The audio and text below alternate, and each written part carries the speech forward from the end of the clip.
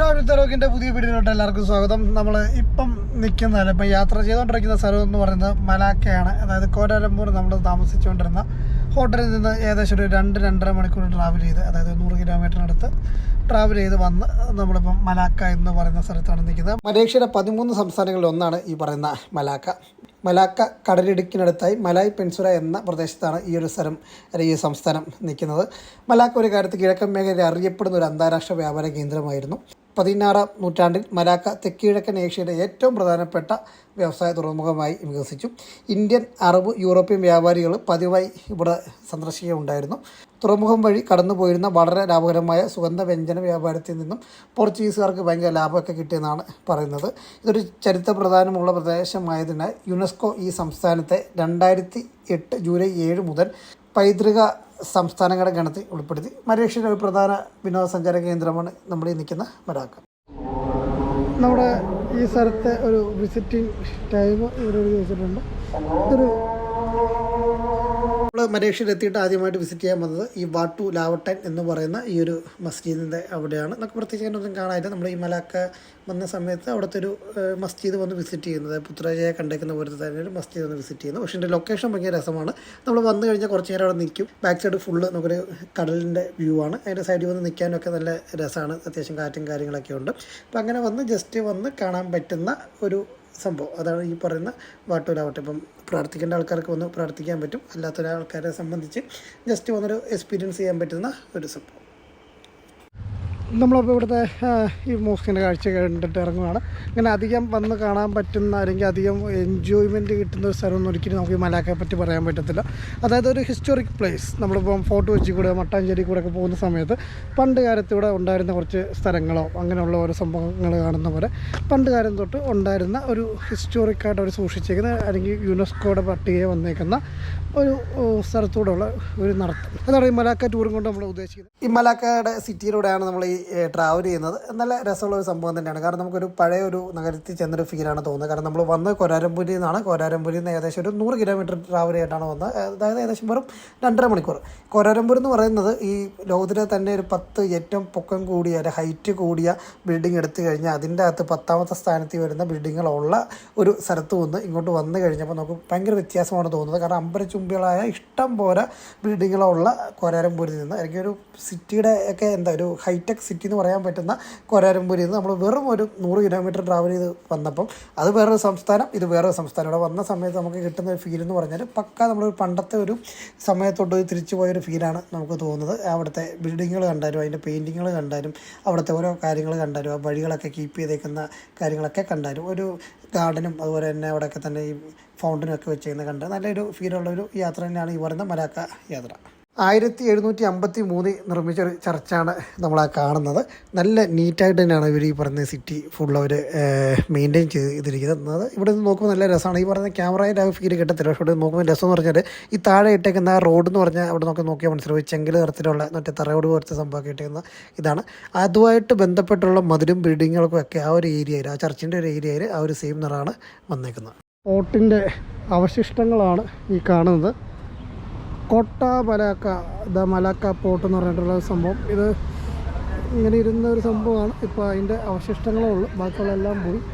അവിടെ പീരങ്കി മറ്റേ വെടിവെക്കാൻ വേണ്ടി വെച്ചേക്കുന്ന, ശത്രുക്കളെ ഓടിക്കാൻ വേണ്ടി വെച്ചിരുന്ന പീരങ്കിയുടെ കുറച്ച് അവശിഷ്ടങ്ങൾ അവിടെ കാണാൻ പറ്റുന്നുണ്ട്. എനിക്ക് തോന്നി ഇങ്ങനെയുള്ള ബോട്ടിലാണ് അങ്ങോട്ട് പോകുന്നതെന്ന് തോന്നുന്നു. ഇവിടെ നമ്മുടെ ബോട്ടുകൾ കുറച്ച് കിടക്കുന്നുണ്ട്. മലാക്ക റിവർ ക്രൂയിസ് എന്ന് പറഞ്ഞിട്ടാണ് ഈ ബോട്ടിംഗ് പരിപാടി ഇവർ നടത്തുന്നത്. അപ്പോൾ നമ്മൾ മാത്രം ചെന്ന് കഴിഞ്ഞാൽ ബോട്ടിങ് നടത്തുമെന്ന് അറിയത്തില്ല. ബോട്ടിങ് ടൈമിംഗ് ആണായിരിക്കും ചിലപ്പോൾ. ആ ടൈമിങ്ങിലായിരിക്കും മിക്കവാറും ബോട്ടിങ് ഉള്ളത്. ടിക്കറ്റ് എടുക്കാൻ വേണ്ടി നമ്മുടെ ഡ്രൈവർ ഏട്ടൻ പോയിട്ടുണ്ട്. മലാക്ക റിവർ ക്രൂയിസ്, മലാക്ക ക്രൂസിന് പോവുകയാണ്. നമ്മുടെ ടിക്കറ്റോടെ കാണിച്ചു, ഓരോ സീറ്റ് അടിച്ച് തന്നു.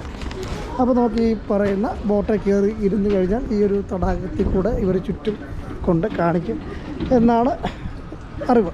Hingga ke jeti Taman Rempah. Sial kaki ini merupakan salah satu tarikan yang kerap digunakan oleh orang ramai sebagai tempat untuk beriadah. നമ്മുടെ ബോട്ടിങ് അങ്ങനെ സ്റ്റാർട്ട് ചെയ്തു. ഈ ബോട്ട് പോകുന്നതിനെ പറ്റിയുള്ള കാര്യങ്ങളൊക്കെ ഇതിൻ്റെ അത് അവർ പറഞ്ഞു തരുന്നുണ്ട്.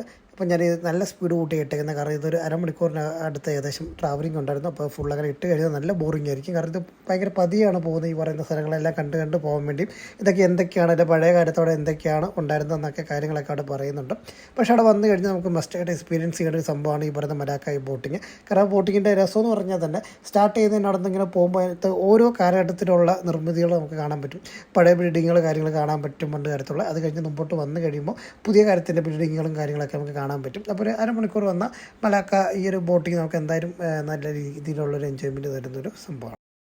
ഇത് നമ്മുടെ ഇവിടെ ഉള്ള മലാക്ക അവിടെ കരിക്കിൻ്റെ സംഭവമാണ്. ഇതാ കരിക്കിൻ്റെ വെള്ളം എടുത്ത് ഫ്രീസർ ഐസ് കട്ടയ്ക്കകത്ത് വെച്ച് ഐസാക്കി വെച്ചേക്കുന്നതാണ്. ഇതാ കരിക്ക് അവരിങ്ങനെ ചെത്തി എടുത്തിട്ട് നമുക്ക് ആ കരിക്കിൻ്റെ ഇത് മാത്രമായിട്ട് കഴിക്കാൻ പറ്റുന്ന രീതിയിലാക്കി വെച്ചിട്ടുണ്ട്. നല്ല രസമുണ്ട് കേട്ടോ. ഏകദേശം 10 റിങ്കറ്റാണ് ഇതിന് വരുന്നത്. അങ്ങനെ മുന്നേറുന്ന സംഭവം കള്ളിൻ്റെ ഒക്കെ ടേസ്റ്റ് വരുന്നുണ്ട്, അറിയത്തില്ല കള്ളിൻ്റെ ടേസ്റ്റ് അറിയത്തില്ല. ഈ സംഭവം കൊള്ളാം കേട്ടോ.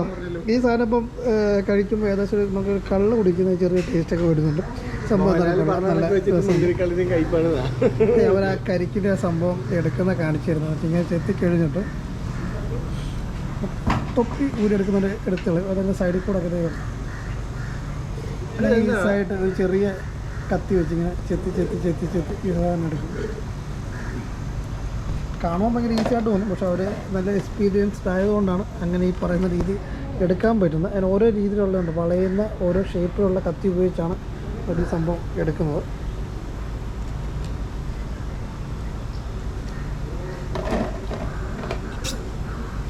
മൂന്ന് സൈസ് കത്തി കൊണ്ടാട്ടോ പരിപാടികൾ നടത്തുന്നത്. അപ്പോൾ ഏറ്റവും സമയം എടുത്ത് ഇങ്ങനെ ചെത്തി അതിൻ്റെ സംഭവങ്ങളെല്ലാം കളഞ്ഞിട്ട് അത് സാധാരണ കരിക്കാണോ?